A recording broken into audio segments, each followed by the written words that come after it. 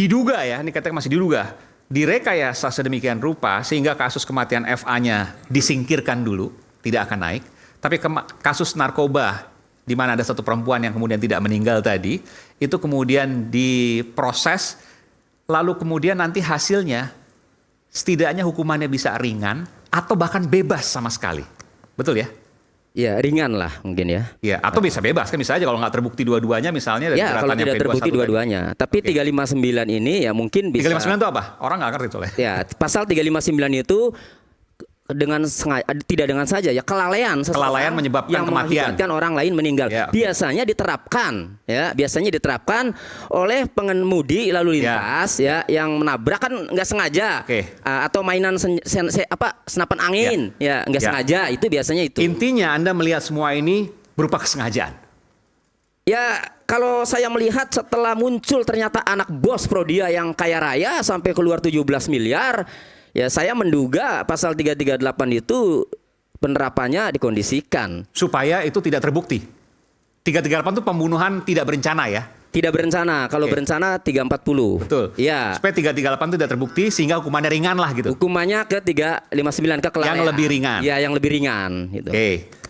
Dan itu bisa dengan kompensasi nanti korban dan lain sebagainya, betul ya? Ya, ditambah lagi setelah ada perdamaian kan, semakin memotivasi, semakin semangat ini kan. Berupaya untuk memaafkan misalnya kasus ini kan. Jadi nggak usah naik ke pengadilan gitu, toh korbannya nggak menuntut. Padahal sejak awal perdamaian saya sudah sampaikan bahwa boleh ini berdamai ya, tetapi ini delik biasa, bukan delik aduan.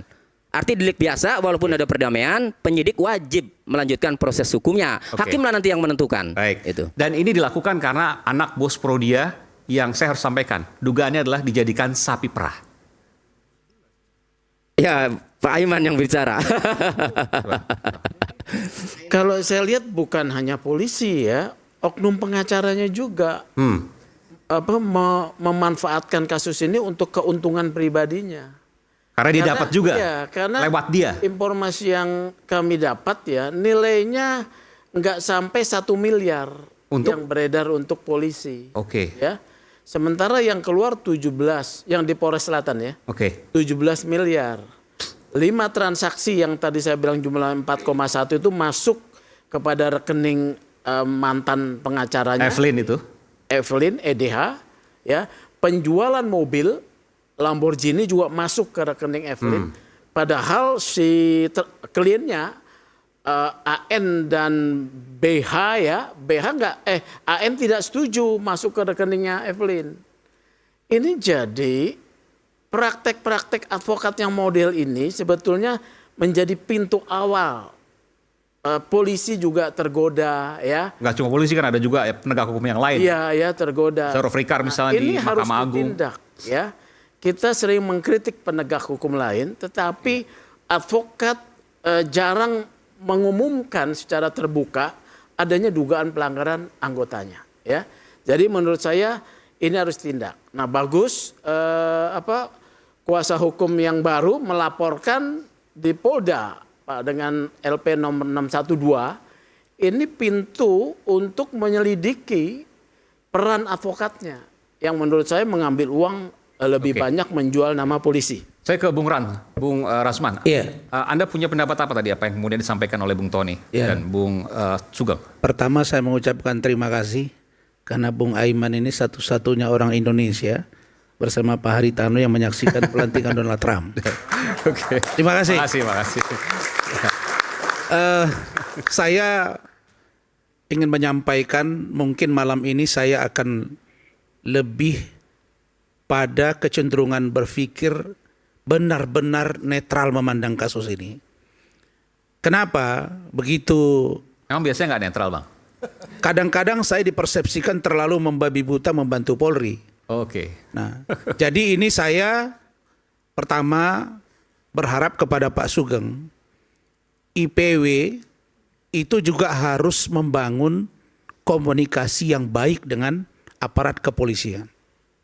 Sehingga informasi itu tidak saja didengar dari satu pihak, tapi juga masuk dari dua pihak.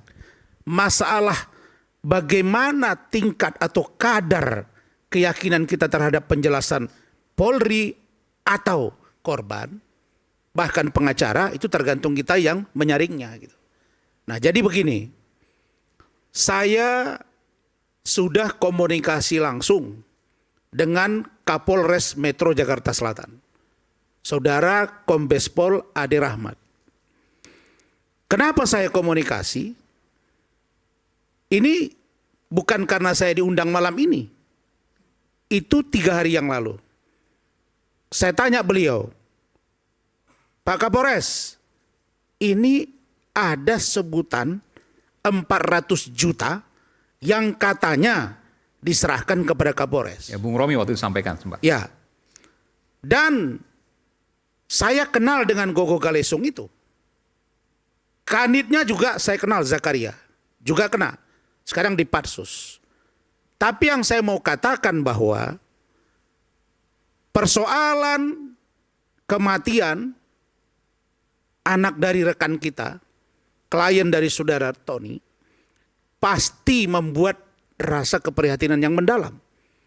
Tapi satu poin yang tidak boleh kita lupakan, saya jawab sekarang di sini, bahwa Kapolres Ade Rahmatlah orang yang dengan tegas mengatakan tidak ada toleransi karena ini nyawa manusia, maka wajib lakukan pemberkasan ke kejaksaan. Saya tanya, apa buktinya? Dia bilang, Bang, sayalah orang yang mengusulkan agar AKBP Bintoro dipindahkan dan atau dicopot. Dan itu dilakukan oleh pimpinan. Kasus itu kenapa dia minta diganti? Karena memang ada tawaran itu datang kepada saya. 400 juta itu? Dan saya menolak. Lalu kemudian berganti dengan AKBP Gogo Galesung. Di situ juga prosesnya sama. Juga dilakukan proses yang dilakukan upaya transaksional.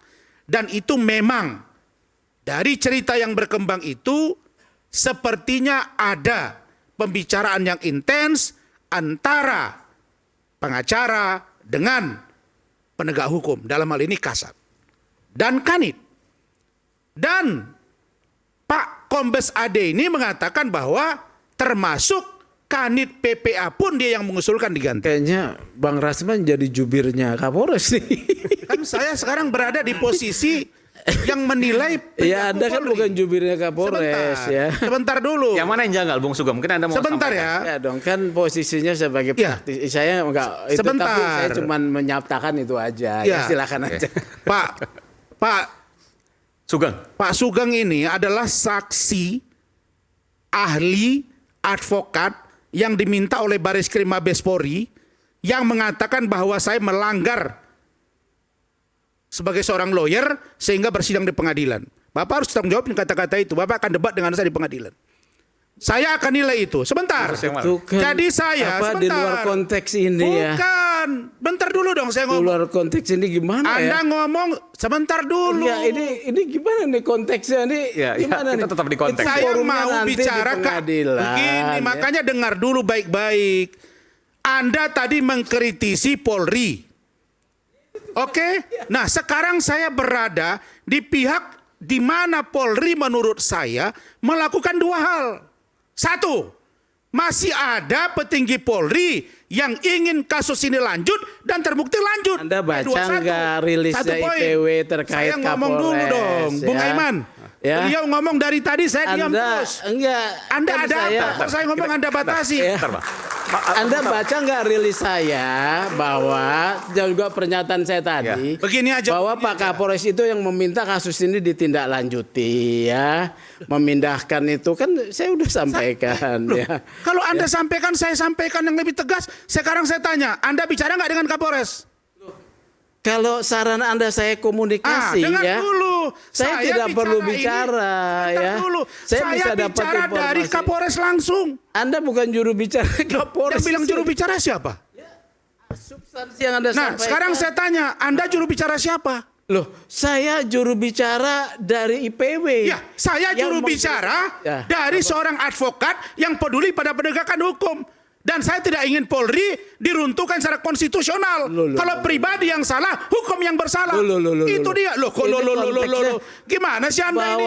Saya Makanya ini dengarin dulu tidak saya sedang ngomong, meruntuhkan Bos. Polri. Saya akan buka hari ini di sini bagaimana juga Polri berlaku tidak adil bahkan terhadap saya.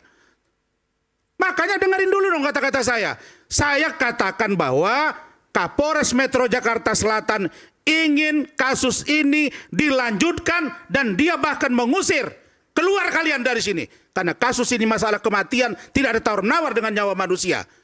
Dan lanjut. Nah, perkara pasal yang disebut tadi, inilah Pak yang mau saya sampaikan. Ada fenomena baru sekarang di Republik ini, Pak Kompolnas. Saya tadi bicara dengan beliau, ini masih baru. Saya sampaikan, Kompolnas yang lama kayaknya nggak greget, yang sekarang ini greget. Nah, sekarang saya sampaikan. Ada sekarang fenomena baru bahwa mengatur kasus bukan dari atas, tapi dari bawah, Pak. Saya banyak menemukan kasus justru pimpinan itu disajikan dari bawah dan pimpinan terjebak bahkan nurut dengan anak buahnya. Kalau dulu ceritanya dari atas, Bang Reza, sekarang dari bawah, dan itu saya sendiri merasakannya. Nah, karena itu saya katakan di sini, Polri harus melakukan pembenahan secara institusional dari pejabat tertinggi sampai dengan Kapolsek, Pak. Dan ini saya sampaikan kepada Irwasum. Bapak Komjen Pol Dedi Prasetyo, Pak. Bendel berespon, surat. Nah, sekarang begini, saya hanya keberatan satu hal. Kalau kita melihat masih ada perilaku oknum yang tidak baik, hukum perilaku itu. Kalau ada tindakan AKBP B, C, D, hukum mereka. Tapi jangan rusak secara institusi karena negara ini juga akan sengkarut tanpa adanya kepolisian. Saya kira itu dari saya. Oke, baik. Bung Tony ada komentar sini? Bung Tony, ada komentar soal ini? Cukup? Ada, silakan. Tidak ada. Oh, tidak ada. Oke, Bung Edi dulu. Bung Edi. Ya. Ada yang mau sampaikan, Bung Edi? Ya, pertama tentu saja ini kita prihatin ya. Tapi Anda setuju dengan apa yang disampaikan tadi? Bahwa ada dugaan rekayasa, saya nggak tahu mulai dari mana, tapi dari kasus ini untuk hukuman ringan dan bahkan bebas. Dan yang korban yang meninggal tidak akan pernah kemudian mendapatkan keadilan.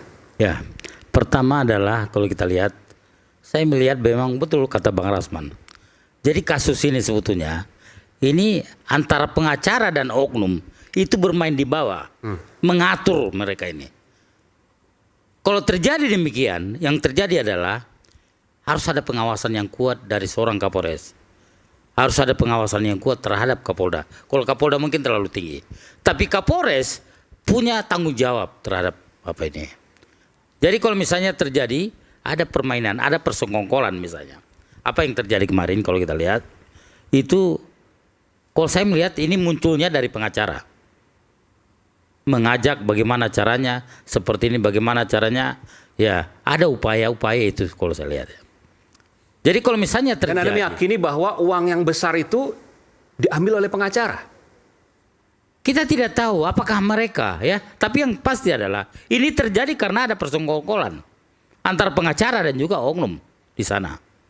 Kebetulan ya, korban mungkin Kapolresnya nggak tahu. Tersangkanya orang berpunya. Iya, karena melihat bahwasanya tadi kan disebutkan pasal 338. 338 adalah ancaman hukumnya 15 tahun penjara. Ya. Kalau pakai 359 itu sangat ringan. Itu maksimal 5 tahun. Bisa 1 tahun, bisa 2 tahun. Nanti bisa juga karena tadi udah ada damai, ini bisa diselesaikan. Oke, kita lihat dulu sebentar. Saya ingin putarkan dulu, ada pemberian uang ya. Saya nggak tahu uang atau apa. Kita akan putarkan. Saya minta untuk putarkan, ya. Dari nanti tolong Bung Tony jelaskan karena ada Bung Tony juga kalau tidak salah di sini. Kita lihat ini.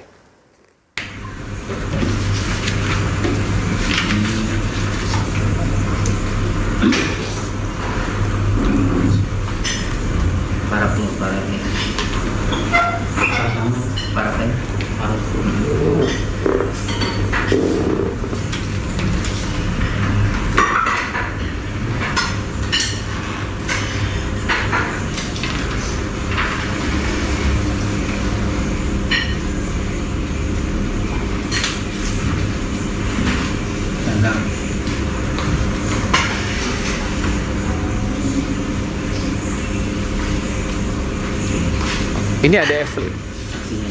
Oke. Satunya dari sini ya. Nama. Tanda tangannya sini.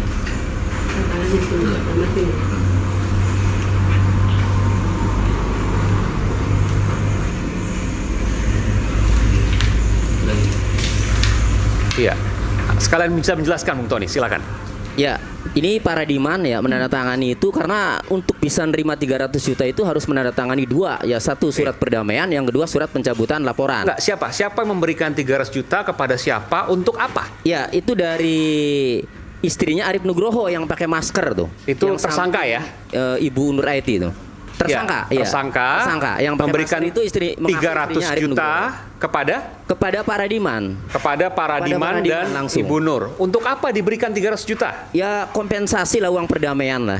Ya, jadi uang perdamaian. Ya, uang perdamaian. Atas kematian anak dari Radiman dan Ibu Nur. Ya, agar laporan itu dicabut lah. Agar laporan dicabut. Ya.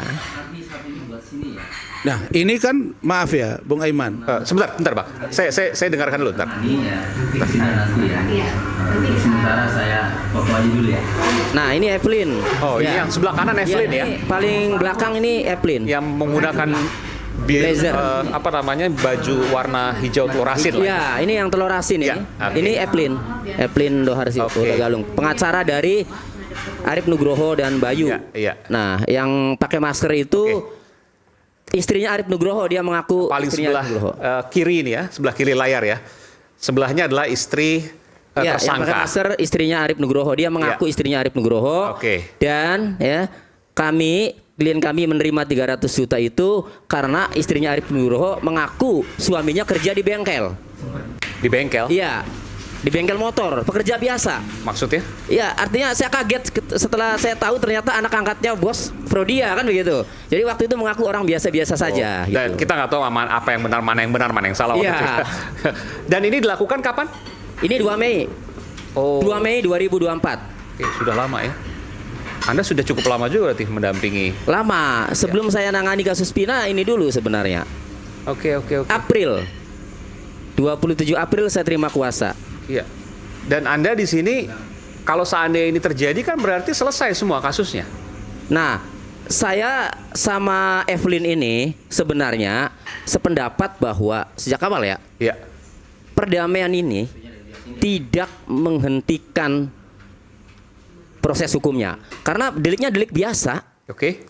Nah, tapi kan saya tidak tahu nih upaya Evelyn ke sana. Yang penting begini, karena klien saya sudah memutuskan mau untuk berdamai dengan kompensasi 300 juta, maka konsekuensinya harus menandatangani surat perdamaian dan surat pencabutan laporan. Begini. Nah, setelah itu ya. Ini fakta baru, ini hanya baru kita tampilkan. Makanya saya menarik nih. Tapi sebentar, kalau mau ngomong dulu lah, silakan. Ya, setelah itu ya Evelyn ini ya mungkin ya menghadap penyidik atau melobi atau bagaimana ya saya tidak tahu. Tapi kami ini saya meminta kepada klien saya Pak Radiman, ini kasus lanjut meskipun berdamai, percaya saya bilang tidak akan berani penyidik menghentikan. Jadi satu lagi nanti kalau nanti dipanggil paling ke persidangan. Sebelum ke Anda, saya ke Bu Romi mau menyampaikan sesuatu. Bu Romi silakan. Baik, bagi kita semua di sini ada rekan-rekan pemerhati, ada rekan-rekan praktisi di sini. Kita belajar untuk profesional. Apa yang Anda? Ini baru pertama kali kita sampaikan ini. Gimana menurut Anda, Bung Romi? Ya, kita belajar untuk memberikan edukasi kepada masyarakat karena ini disaksikan semua oleh masyarakat ya di Republik ini. Kepada Kang Tony hadir di sini selaku kuasa hukum dari FA.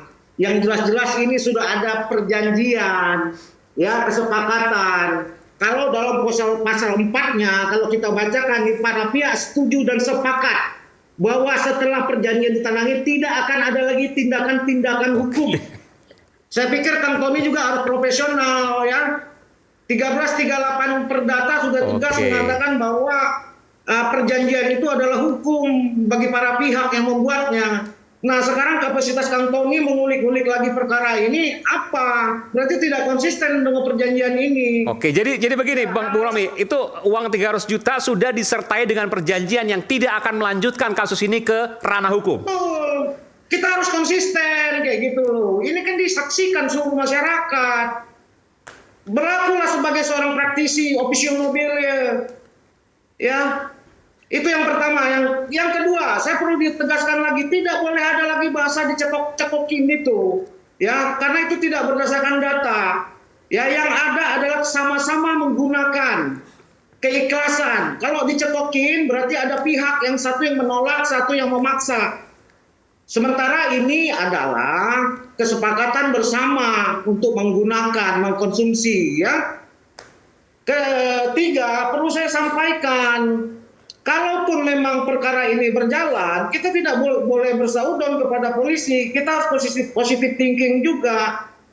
Kenapa kita harus positive thinking? Ya, proses sangkaan pembunuhan ini harus dibuktikan memenuhi unsur apa tidak. Itu melalui proses lidik dan sidik. Intinya perlu waktu yang panjang, yang sampai sekarang mungkin, ya, saya positive thinking nih ke polisi, mungkin perlu pembuktian bukti, alat-alat bukti yang cukup untuk memajukan perkara ini. Sementara perkara tentang eksploitasi anak itu sudah berjalan, sudah lengkap, sudah terpenuhi unsur-unsur dan alat bukti yang dimiliki, sudah cukup untuk P21. Itu kita harus konsisten. Baik. Ya, perlu saya jelaskan juga, yang disangkakan itu pasal 76I, ya, Junto 88 dan atau 76J ayat 1 Junto 89. Jangan anggap remeh pasal ini. Pasal ini, ya, 76J ayat itu seumur hidup ancaman hukumannya. Ya, pasal 76 itu 10 tahun. Ya, jadi saya pikir tidak ada yang dilewatkan. Ini semua berjalan. Baik, Bu Romi. Tapi ini terungkap semua ini. Ya, ini terungkap semua. Artinya pemberian 300 juta itu untuk perdamaian, tidak mengusik-ngusik lagi di ranah hukum. Betul ya? Saya udah nggak sabaran nih. Oke. Ya. Sebentar, Bung Tony. Saya dulu. Pak. Ya, ini ditonton publik. Iya. Ya. Saya jawab ya. Kalau memang sudah ada perdamaian, tidak kulik-kulik, kenapa harus kulik-kulik lagi? Baik. Ya, baiknya diam saja, saksikan. Kalau memang perdamaian itu tidak membuahkan SP3, ya sudah, jalani saja. Intinya seperti itu. Maaf ya, kami bukan mendampingi tersangka ini dari awal penyidikan, tapi kami masuk dari P21. Tapi sebagai selaku praktisi, kami bicara by data, ya. Iya. Kami bicara by data. Dan Anda punya perjanjiannya tadi ya. Oke. Anda mau bantah dulu nggak, Bung Tony, perjanjian itu? Sebentar ya, Bang Rasman ya, biar nyambung. Jadi gini. Nggak, Anda mau bantah dulu nggak perjanjian itu bahwa 300 juta ada klausul pasalnya tadi bahwa tidak akan mempermasalahkan kerana hukum. Ya, jadi yang sekarang, iya atau tidak itu? Yang sekarang melanjutkan perkara itu kan penyidik, bukan saya. Ya, tapi pasal itu ada. Ada. Oke, baik. Ada, cuma kan di situ ada kalimat menjamin tadinya. Kalau menjamin itu nanti ya disalahkan ketika proses masih lanjut. Oleh karenanya saat itu saya coret klausul yang menjamin. Kenapa saya katakan? Kenapa saya katakan ini dicoret ya? Karena yang berwenang untuk menghentikan dan melanjutkan itu penyidik, bukan klien saya. Oleh karenanya dicoret. Artinya setelah perdamaian itu terjadi, silakanlah itu kewenangan penyidik. Nah, saat itu kami pasif nunggu saja. Kalau memang dipanggil lagi ya kami datang. Kalau memang di persidangan ya kami datang. Nah, pada tanggal 24 September, sebentar ya Bang Hasan. 24 September 2024, kami dapat panggilan lagi dari Polres Jakarta Selatan. Ternyata setelah diperiksa, saya tanya, Pak ini perkara lanjut? Oh lanjut ini. Waktu itu AKBP Gogo Galesung ya, kasatnya. Sejak 24 September 2024, saya mengetahui perkara itu lanjut karena berkasnya mau dilimpahkan ke kejaksaan. Itu. Jadi saya tidak tidak memungkiri perdamaian itu, tetapi karena ini delik biasa, ya biarkanlah itu nanti hakim yang memutuskan. Itu. Intinya ada 300 juta dan ada perjanjian di mana tidak akan melanjutkan proses hukum. Nanti kita akan ke Bung Rasman, ke Pak Ketua Harian Kompolnas. Sesaat lagi kami akan segera kembali di Rakyat Bersuara.